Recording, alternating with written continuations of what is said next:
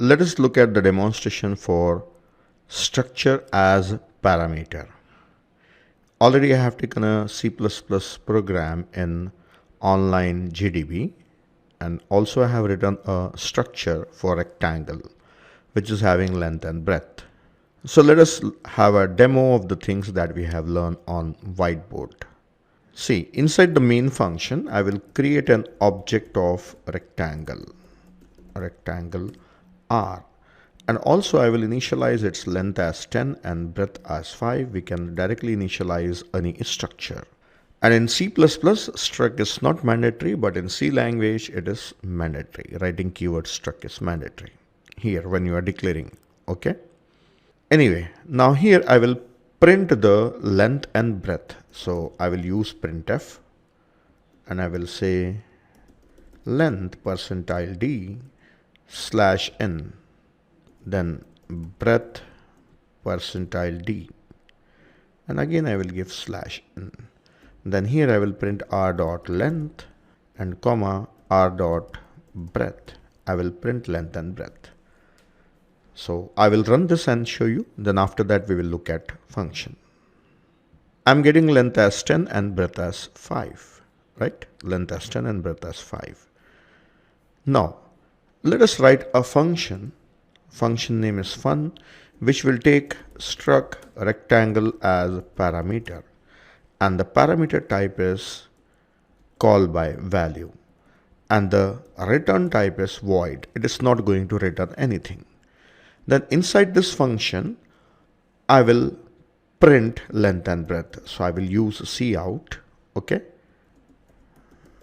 I'm mixing the code. You can do that if the project is of type C++. R dot length as well as new line. Next is breadth. Then I will print R dot breadth. Alright. Then after this I will give new line. Now this function will take a rectangle as parameter and it will print its length and breadth. Now from the main function I will call that function fun and I will pass r, that is rectangle. This is the method of passing a rectangle structure. Alright. See, in this function I am just printing length and breadth, doing nothing else. Let us run. If I run, length and breadth must be printed 2 times. One is by the function fun and the other is inside the main function. Oops, there is a mistake here. This should be struct. Okay, struct rectangle. Now let us run it. Yes, I got length and breadth 2 times. Length is 10 and breadth is 5. See, the important thing to learn here is that when we pass a rectangle structure as parameter, then both the values length and breadth, both of them will be copied here. A new structure will be created like I have shown on whiteboard, right? So this is call by value, right? How to write down call by value, we have learned the syntax. Now let us learn one more thing. In call by value mechanism, if any changes are done to this rectangle, that will not change this rectangle, right? So what I will do is I will change the length r dot length assigned 20. I will make it 20. So I should get length as 20 and breadth as 5. But actual parameter is this one. This is the actual variable, and its length will remain same 10 and breadth will be 5 only. This will not change. It will change only inside the function for this rectangle r, right? And remember, this r and this are not same. They are different. If you are getting confused, then you can change its name to rect. Okay, they are different. This is different from this one. Now only this will change. Actual variable r will not change. Let us run and see. We should get the result as 20 here and 5 here. Then here back again, length is 10 and 5. This will not change. That's how it is proved that it will not change. See, the result is length is 20 and breadth is 5, and the length inside main function remains 10 and 5. That's it. This is call by value. Now let us look at call by address. See, before showing call by address, let us look at the syntax once again. See, a structure rectangle R is declared here. So when you have a variable of type structure, we use dot operator for accessing the members.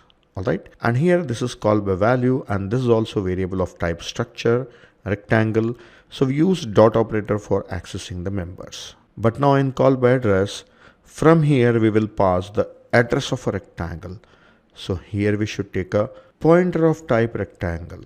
So I will call it as PR or just P. Let us take it as P. Then now this is not a variable of type rectangle, it is a pointer of type rectangle. So for a pointer we use arrow. We don't use dot, we use arrow. Alright. Now wherever R is written I should change it to P, and also I should remove dot and change it with arrow. Alright. So this is arrow. Now let us read the code once again. See, I have a structure type variable having value 10 and 5 in the length and breadth. I'm passing it to function, and the function is modifying its length, printing new length and breadth. Then next, when it come back to the main function, it will print length and breadth here. So will it change the length of this rectangle? Yes, this will change the length of this rectangle because this is called by address parameter. 20 is the new length. So what will be printed on the screen? First length and breadth will be 20 and 5.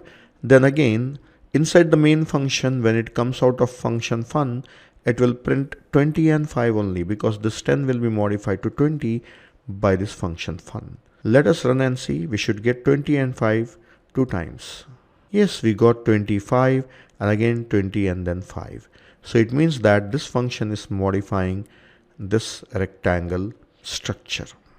So that's it. I have shown you call by value and call by address. One more thing I have shown you on whiteboard, that if a structure is containing an array, then array will be copied here. Array will be copied into a formal parameter here, right? So that you can try it by yourself. I will show you one more new thing here. I will create a variable of type structure on heap inside a function and return its address. So let us remove everything and write it as a fresh program. Okay, I will remove everything and write it as a fresh program. I have a rectangle structure, let it be as it is. Now I will write one function which will return a pointer of type rectangle.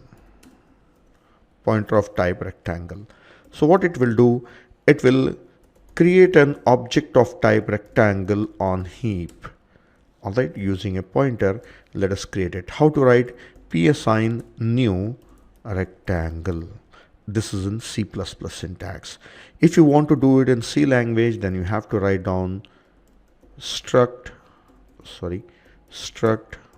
rectangle pointer and malloc. Okay, just note down if you want to do it in C language.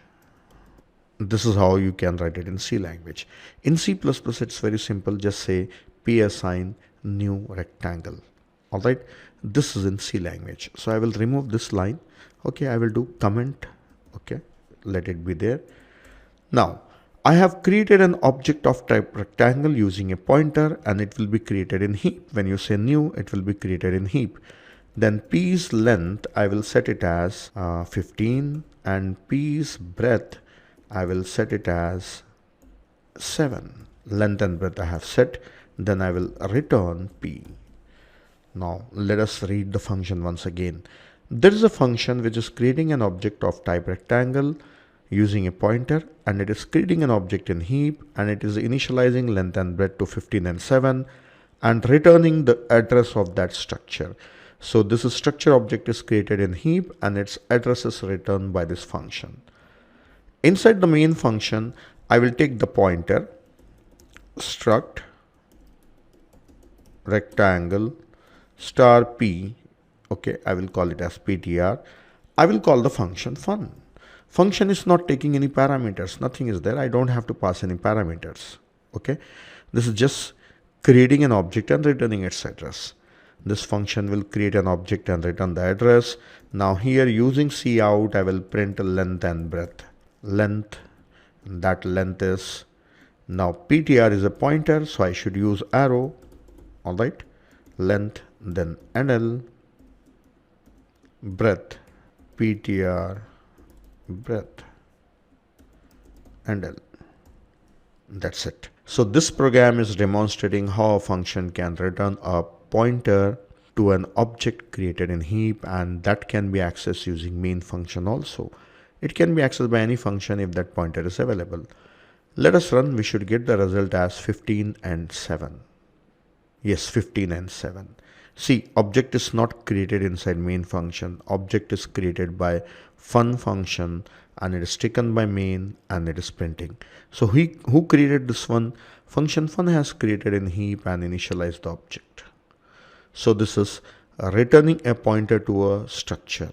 This is returning a pointer to a structure. Alright. So job of a function is to create an object of structure and initialize and return it. So we have seen passing a structure by value, passing a structure by address, then returning a address of a structure. So that's all in this video. So you practice this one and also you try array inside a structure. Alright. So that's it.